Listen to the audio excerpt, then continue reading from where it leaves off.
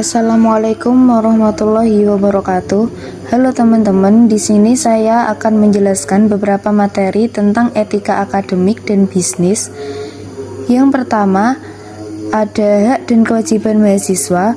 Yang kedua, perilaku etis dan tidak etis.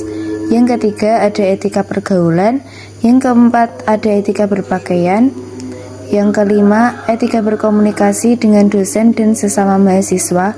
Yang keenam, etika dalam berorganisasi. Dan yang terakhir yaitu etika di lingkungan kampus. Langsung saja kita ke materi yang pertama, yaitu hak dan kewajiban mahasiswa. Apa aja sih hak dan kewajiban seorang mahasiswa itu? Kenapa seorang mahasiswa harus mempelajarinya? Oke, mari kita bahas bersama. Sebagai seorang mahasiswa, penting bagi kita mengetahui apa aja hak dan kewajiban bagi mahasiswa tersebut. Berikut merupakan hak dan kewajiban mahasiswa yang saya ambil dari undang-undang. Hak mahasiswa. Yang pertama, hak untuk menuntut dan mengkaji ilmu sesuai norma dan susila di lingkungan akademik. Mahasiswa berhak menuntut ilmu sesuai norma yang ada dan tidak menyimpang atau melanggar ketentuan yang sudah ditetapkan. Juga menggunakan kebebasan akademik secara bertanggung jawab dalam mengkaji ilmu pengetahuan dan seni atas dasar norma susila dan tata krama yang berlaku dalam lingkungan akademik. Yang kedua, hak untuk mendapatkan pengajaran sebaik-baiknya dan layanan bidang akademik sesuai dengan minat, bakat, kegemaran, dan kemampuan. Di sini, mahasiswa berhak mendapatkan pengajaran sebaik-baiknya. Maksudnya adalah pengajaran yang layak didapatkan oleh mahasiswa, seperti para dosen yang mengajar mahasiswa dengan sebaik-baiknya, bukan malah diganti dengan asisten dosen, karena ini dapat mempengaruhi pemahaman seorang mahasiswa. Banyak kasus di mana dosen memiliki asisten dosen untuk menggantikan beliau mengajar.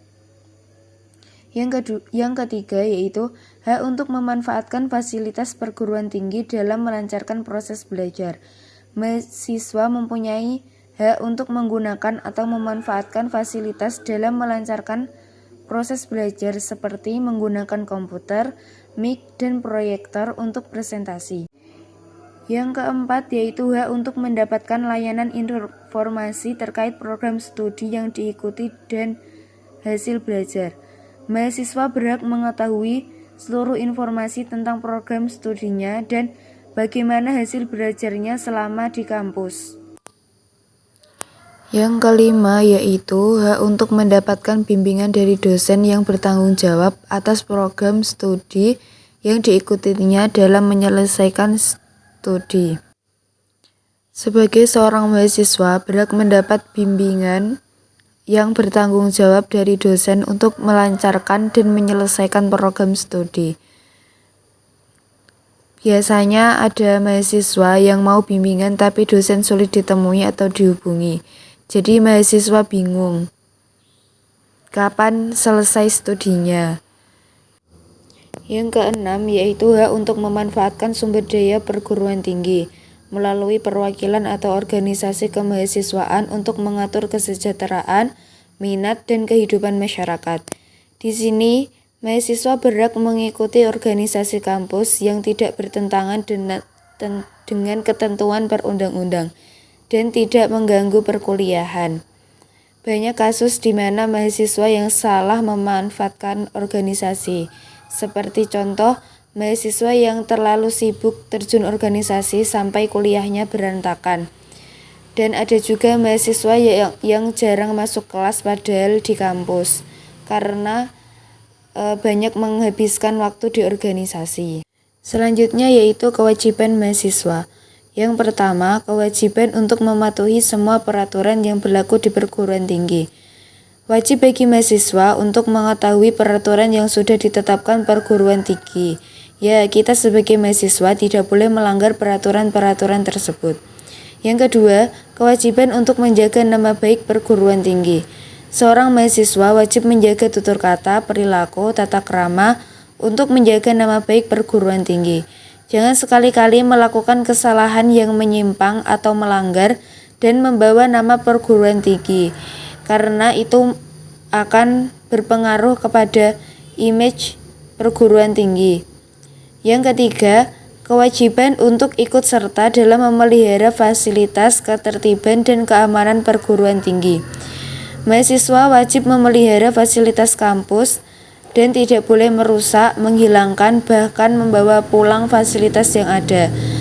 Menjaga ketertiban dan keamanan kampus juga wajib bagi seorang mahasiswa.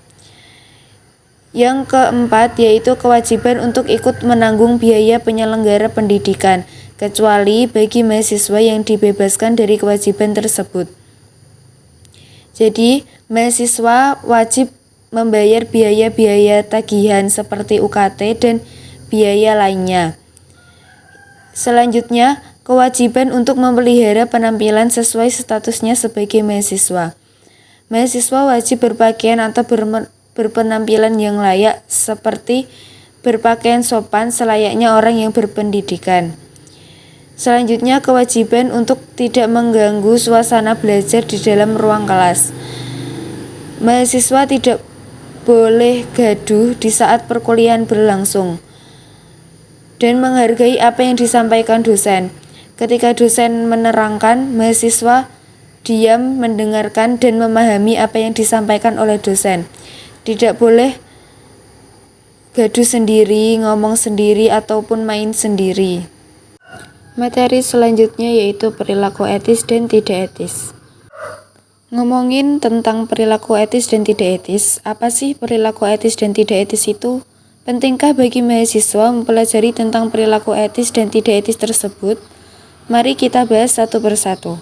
Yang pertama, perilaku etis merupakan perilaku yang dimiliki oleh individu seseorang dengan mematuhi aturan yang ditetapkan di kehidupan sehari-hari. Sebagai seorang mahasiswa, penting baginya memiliki perilaku yang etis sesuai jabatannya sebagai orang berpendidikan. Mahasiswa harus bisa menjaga tutur kata, perbuatan maupun perlakuan. Mahasiswa juga harus memiliki sikap tanggung jawab, jujur, dan mematuhi aturan-aturan yang telah ditetapkan.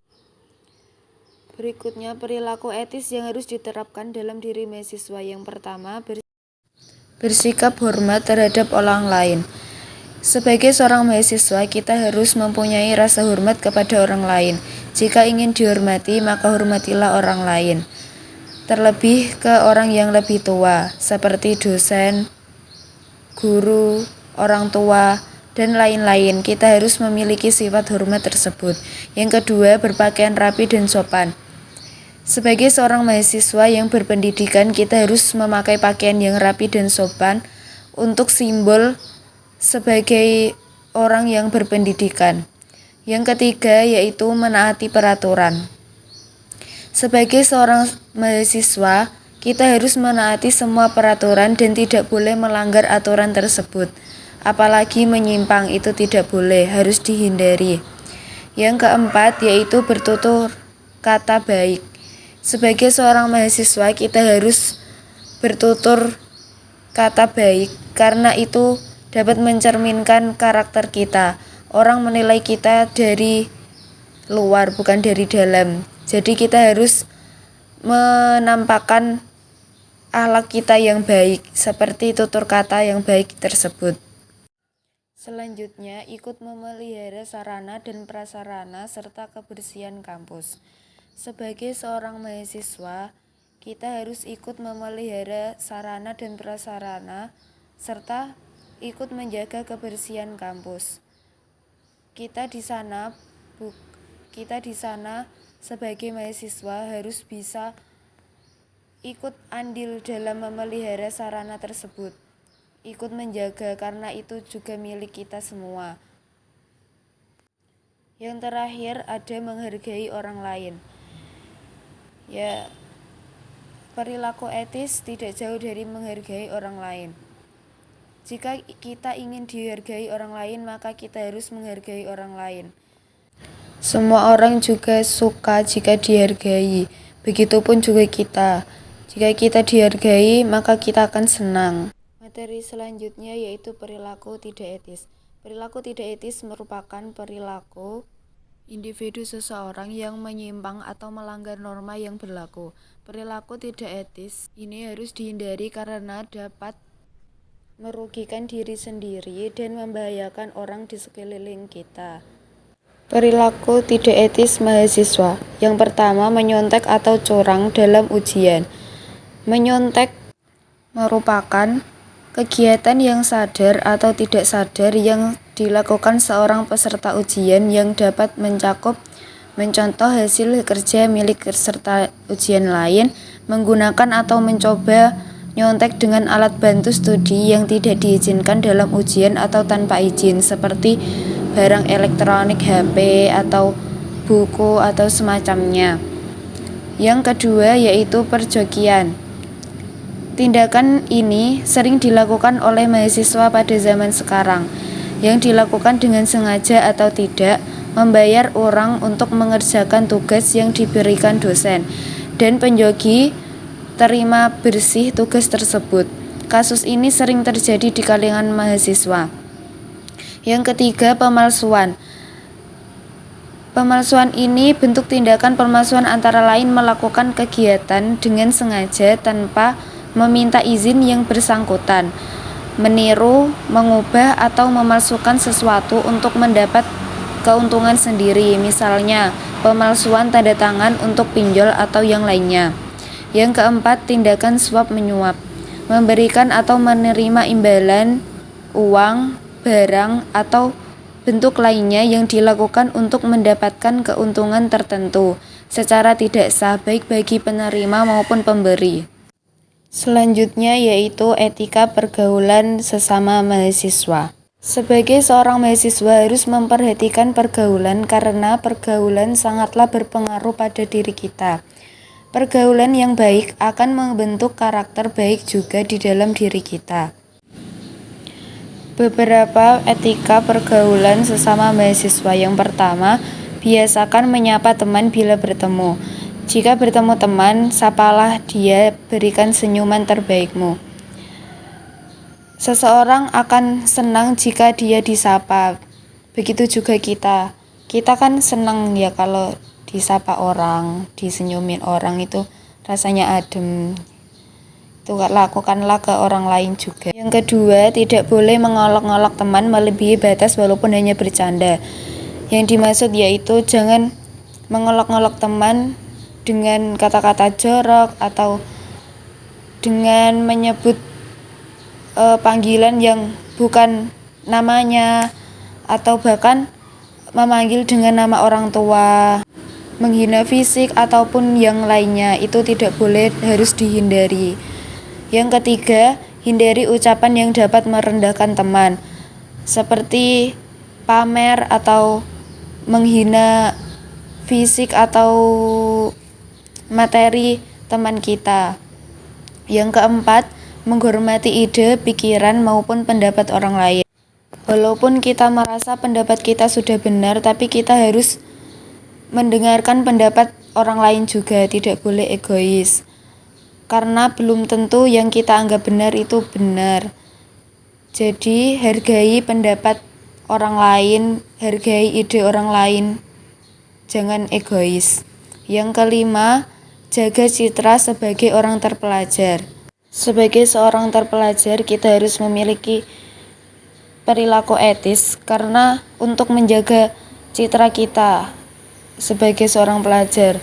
Seorang pelajar itu identik dengan perilaku yang baik, tidak ada perilaku yang buruk. Orang menilai orang terpelajar itu dari attitude-nya. Percuma jika berilmu tapi tidak beretitude. Yang terakhir, membantu teman jika membutuhkan. Bantulah temanmu jika dia membutuhkan, karena kita tidak tahu nantinya kita akan mendapat kesulitan. Siapa kalau tidak mereka yang menolong kita? Jika kita menolong mereka, maka mereka akan menolong kita. Semakin banyak kita menolong orang, semakin banyak juga orang menolong kita. Jadi, biasakan membantu teman jika membutuhkan dengan ikhlas. Tata krama dalam pergaulan merupakan aturan kehidupan yang mengatur hubungan antar sesama manusia. Tata krama pergaulan berkaitan sangat erat dengan etika. Untuk menjadi mahasiswa berhasil di masa yang akan datang, mahasiswa dituntut untuk tidak hanya pintar akademik saja, tetapi juga harus pintar dalam memilih pergaulan yang baik dalam lingkungannya. Seri selanjutnya yaitu etika berpakaian. Etika berpakaian merupakan salah satu faktor penting yang dipertanggungjawabkan oleh suatu individu yang terdapat dalam sebuah komunitas. Seseorang dapat menilai sifat dan karakter dari penampilan termasuk dari cara berpakaian.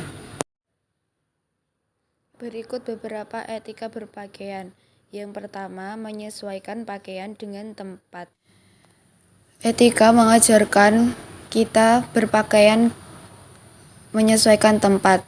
Kayak misal kuliah kita memakai pakaian yang sopan, rapi, dan bersih, dan bersepatu. Jika kondangan kita memakai kebaya atau pakaian gaun-gaun atau dress. Kalau ke ulang tahun kita pakai gaun. Intinya kita harus bisa menempatkan sesuai acara. Kedua, rapi dan bersih. Kita harus berpakaian rapi dan bersih agar kalau dilihat orang itu macem, istilahnya kayak gitu. Kita kalau ngelihat orang yang berpakaian rapi dan bersih seneng kan. Nah itu orang kalau ngelihat kita kayak gitu, kita harus berpakaian rapi dan bersih karena enak dipandang. Kalau kita memakai baju yang kusut, kumel, itu nantinya akan tidak ada yang menarik dari kita gitu. Yang ketiga, tidak memakai pakaian yang bertentangan dengan norma. Etika mengajari kita untuk berpakaian yang sopan, tidak melanggar norma. Seperti contoh yang melanggar norma itu pakai baju yang ketat atau terbuka. Yang keempat, tidak mengenakan pakaian yang menyinggung. Maksud dari menyinggung itu kayak mengundang birahi atau mengandung pornografi. Yang terakhir, memakai sepatu saat kuliah. Kalau kuliah kita diwajibkan memakai sepatu karena itu termasuk etika dalam berpakaian. Kalau memakai sandal itu kurang etis kalau dibuat sekolah atau kuliah. Disimpulkan bahwa dalam kehidupan sehari-hari, etika berpakaian sangat penting untuk menjaga kesan yang baik dengan orang lain dan menciptakan lingkungan sosial yang nyaman. Dengan memahami etika berpakaian dan mengaplikasinya dalam kehidupan sehari-hari, kita dapat menjadi pribadi yang lebih baik dan dihormati oleh orang lain. Materi berikutnya yaitu etika komunikasi dengan dosen dan sesama mahasiswa. Dalam berkomunikasi, sangat penting menggunakan etika, dimanapun dan dengan siapapun, karena itu dapat membuat kita tahu sebagus apa komunikasi kita. Berikut beberapa contoh komunikasi mahasiswa dengan dosen dan sesama mahasiswa. Etika komunikasi mahasiswa dengan dosen. Yang pertama, memperhatikan waktu. Sebaiknya kita mengirimkan pesan ketika jam kerja, bukan waktu istirahat, waktu ibadah, ataupun di malam hari. Jangan menghubungi di atas waktu jam 5 sore ke bawah. Yang kedua, mengawali pesan dengan salam atau selalu awali chat dengan salam, apalagi ke dosen. Misal contoh, Assalamualaikum Pak Bu, atau pagi Pak Bu, atau sore Pak Bu. Bebas, yang penting ada salamnya. Yang ketiga, memperkenalkan identitas diri dengan lengkap. Dari mulai nama, NIM, kelas, dan prodi. Karena jika kalian tidak memperkenalkan diri, dosen tidak akan membalas pesan kalian. Karena tidak mungkin dosen menyimpan nomor mahasiswanya yang sebanyak itu. Jadi, jika ingin komunikasi dengan dosen, biasakan memperkenalkan diri terlebih dahulu. Yang keempat, menyampaikan keperluan dengan jelas dan tidak bertele-tele. Jadi setelah kalian memperkenalkan, kalian menyampaikan apa tujuan kamu untuk komunikasi dengan dosen tersebut dengan jelas dan tidak usah bertele-tele, karena kalau bertele-tele orang yang akan membalas itu menjadi malas. Jadi jangan pernah berkomunikasi dengan pesan yang sangat bertele-tele.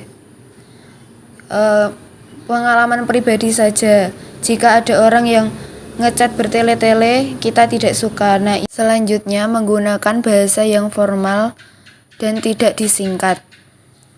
Jika berkomunikasi dengan dosen, biasakan menggunakan bahasa yang formal dan tulisannya jangan disingkat seperti saya ditulis SY dengan ditulis DG.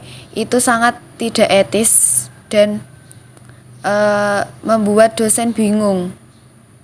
Jadi jangan pernah menggunakan bahasa yang tidak formal dan jika kalian menggunakan kata yang singkat, dosen tidak akan membalas pesan kalian. Yang keenam, mengakhiri pesan dengan salam atau terima kasih. Setelah kalian memenuhi kriteria di atas, akhiri pesan dengan salam atau mengucapkan terima kasih. Misalnya, wassalamualaikum atau terima kasih atas waktunya, atau terima kasih atas perhatiannya, atau semacamnya. Yang terakhir, jangan spam. Siapa sih yang suka di spam? Dosen pun tidak suka di spam. Biasakan jangan spam chat ke siapapun, karena itu membuat orang yang di spam malas untuk membalasnya. Berikutnya yaitu etika komunikasi mahasiswa dengan mahasiswa. Yang pertama, memperhatikan waktu. Tidak hanya dengan dosen berkomunikasi dengan memperhatikan waktu, tapi dengan teman juga harus memperhatikan waktu. Jangan menghubungi teman di atas jam 10 malam kecuali urgent, karena itu dapat mengganggu waktu tidur mereka, waktu istirahat mereka. Yang kedua, mengawali pesan dengan salam atau menyebut nama, tergantung itu teman akrab atau enggak. Kalau teman yang jarang chattingan atau belum pernah, biasakan mengucapkan salam. Kalau sudah akrab, boleh saja langsung nama. Yang ketiga, memperkenalkan diri jika belum pernah chattingan. Jika kalian belum pernah chattingan, usahakan memperkenalkan diri agar mereka tahu siapa kamu. Jika kamu tidak memberitahu identitas kamu, mereka tidak tahu kamu dan mereka tidak akan membalas pesanmu. Yang keempat, menyampaikan keperluan dengan jelas dan tidak bertele-tele. Kalian langsung menyampaikan apa tujuan kalian menghubungi dia. Jangan sampai bertele-tele, karena itu membuat malas untuk membalas. Itu pengalaman pribadi juga seperti itu. Yang kelima, menggunakan bahasa yang sopan. Menggunakan bahasa sopan di sini yaitu tidak dengan bahasa yang kotor, karena pada zaman sekarang banyak sekali orang-orang, apalagi mahasiswa, yang berkomunikasi dengan temannya menggunakan bahasa yang kurang sopan, yaitu kotor. Yang keenam, mengakhiri pesan dengan salam atau terima kasih. Tidak beda dengan chat ke dosen. Mengakhiri pesan dengan salam, wassalamualaikum, atau berterima kasih atas waktunya. Yang ketujuh, jangan spam jika belum dibalas. Mohon sabar jika belum dibalas. Kita harus sabar menunggu balasan chat dari teman kita. Jangan sampai kalian nge-spam, karena itu mengganggu waktu istirahat mereka. Selanjutnya yaitu etika dalam berorganisasi. Yang pertama, melaksanakan tugas dan wewenang sesuai ketentuan yang berlaku. Jadi kita itu melaksanakan semua tugas dan wewenang sesuai ketentuan yang telah ditetapkan oleh atasan. Tidak boleh ngangkang, kayak tidak boleh melanggar. Kedua, menjaga informasi yang bersifat rahasia. Dapat menjaga rahasia informasi yang rahasia. Jangan membocorkan informasi rahasia karena itu sangat berisiko besar bagi anggota lainnya. Yang ketiga, melaksanakan setiap kebijakan yang ditetapkan oleh pejabat yang berwenang. Sebagai anggota organisasi, harus melaksanakan setiap kebijakan yang ditetapkan oleh pejabat yang berwenang, karena itu sudah tanggung jawab anggota. Yang keempat, menjalin kerjasama secara kooperatif dengan unit kerja lain yang terikat dalam rangka mencapai tujuan. Organisasi dapat bekerja sama dengan organisasi lain untuk mencapai suatu tujuan tertentu. Yang kelima, membangun etos kerja dan meningkatkan kinerja organisasi. Sebagai anggota harus bisa membangun etos kerja dan meningkatkan kerja organisasi dan mengembangkan organisasi tersebut. Yang keenam, memiliki kompetensi dalam pelaksanaan tugas. Jadi anggota itu mengikuti andil dalam mengkompetensi dalam pelaksanaan tugas. Yang ketujuh, patuh dan taat terhadap standar operasional dan tata kerja. Sebagai anggota harus patuh dan taat terhadap standar operasional dan tata kerja. Yang kedelapan, mengembangkan pemikiran secara kreatif dan inovatif dalam rangka peningkatan kinerja organisasi.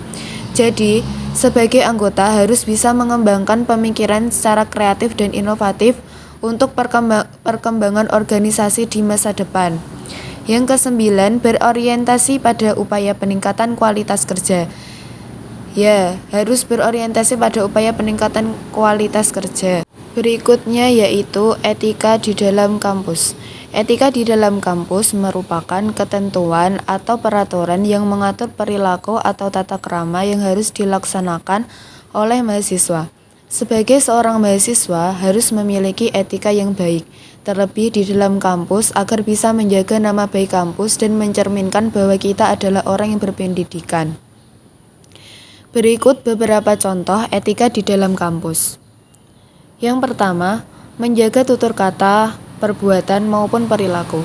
Sebagai seorang mahasiswa, kita harus menjaga tutur kata, perbuatan maupun perilaku di kampus maupun di luar kampus.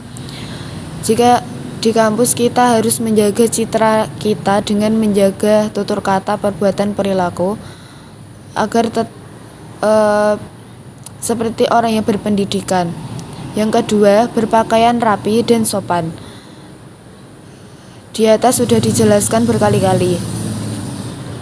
Etika berpakaian rapi dan sopan itu wajib, karena jika kita menggunakan pakaian yang kusut, itu akan tidak mencerminkan orang yang berpendidikan dan tidak mencerminkan orang yang cerdas.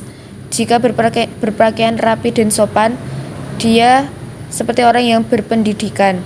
Yang ketiga, menghargai setiap pendapat orang lain. Jadi walaupun pendapat kita itu merasa benar, tapi belum tentu itu benar. Kita jangan egois. Kita harus mendengarkan pendapat orang lain dan menghargai pendapat orang lain tersebut. Yang keempat, membantu orang jika ada yang membutuhkan.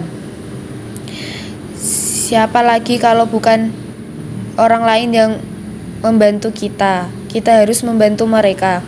Yang kelima, menyapa sesama teman. Kita harus menjadi orang yang ramah dengan selalu menyapa teman di jalan maupun di kelas dengan memberi senyuman termanis. Kita semua pasti suka disapa oleh orang lain. Makanya kita harus menyapa orang lain. Orang lain, alhamdulillah udah sampai di akhir. Ini biodata aku. Nama aku Celia Sofa Zulfariatus Salma dengan NIM 2111100003049 kelas MD. Sekian presentasi yang saya sampaikan. Bila ada salah, saya mohon maaf yang sebesar-besarnya. Wassalamualaikum warahmatullahi wabarakatuh.